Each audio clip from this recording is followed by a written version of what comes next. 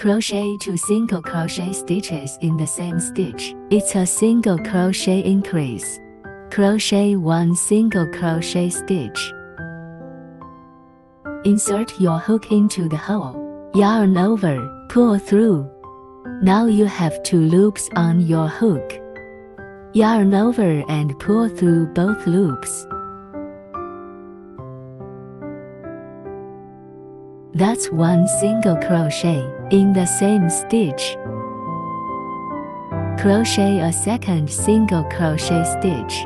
Insert your hook into the hole. Yarn over and pull the yarn through. 2 loops on your hook again. Yarn over one more time. Pull through both loops. 1 single crochet increase is completed.